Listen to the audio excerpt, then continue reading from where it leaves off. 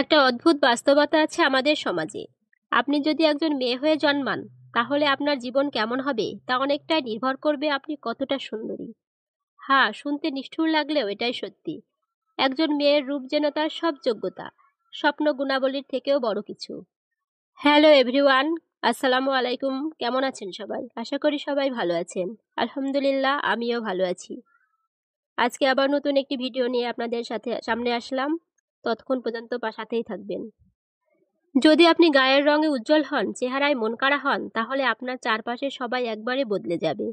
মা বাবা গর্ব করে বলবে, আমার মেয়েটা যেমন রূপবতী তেমনি লক্ষ্মীও। আত্মীয় স্বজন, পাড়া প্রতিবেশী, এমনকি দূরের লোকজনও আপনাকে নিয়ে মুখে মুখে রটে ফেলবে, অমুকের মেয়ে তো অপূর্ব সুন্দরী। সুন্দরী মেয়েরা প্রেম খুঁজে পায় সহজে, পাত্রপক্ষ তাদের ঘিরে আগ্রহে মেতে ওঠে। বরং পরিবারের লোকজনই একসময় হিমশিম খেয়ে যায়, কে আগে এসে নিয়ে যাবে সেই প্রতিযোগিতায়। যদি রান্নাঘর না জানেন তাতেও সমস্যা নেই, স্বামী নিজেই খাবার রেঁধে দিবে, কারণ সুন্দরী বউ তো। সমাজের চোখে আপনি এক ধরনের অভিজ্ঞান।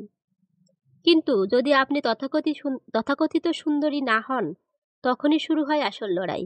আপনার হাজারটা গুণ থাকলেও তা চাপা পড়ে যাবে আপনার গায়ের রং, উচ্চতা, শরীরের গঠন কিংবা মুখের কিছু বৈশিষ্ট্যের নিচে। মা বাবার কপালে চিন্তার ভাঁজ পড়বে, বিয়ের বাজারে আপনি যোগ্য পাত্রের যোগ্যতা হারাবেন শুধুমাত্র রূপের কারণে। যদি আপনি একটু মেধাবী হন, তবু আশাটা থাকবে, চাকরি করে হয়তো কিছুটা ঘুরে দাঁড়াবে। আর তারপরেই প্রশ্ন, কবে বিয়ে হবে? ছেলের বয়স বেশি, খারাপ স্বভাব, সমস্যা নেই। কেউ বিয়ে করতে রাজি হয়েছে, এটাই বিশাল কথা। বিয়ের পরও শান্তি নেই, লোকজন কানে কানে বলবে, ছেলের সঙ্গে তো মেয়ের কোনো তুলনায় চলে না।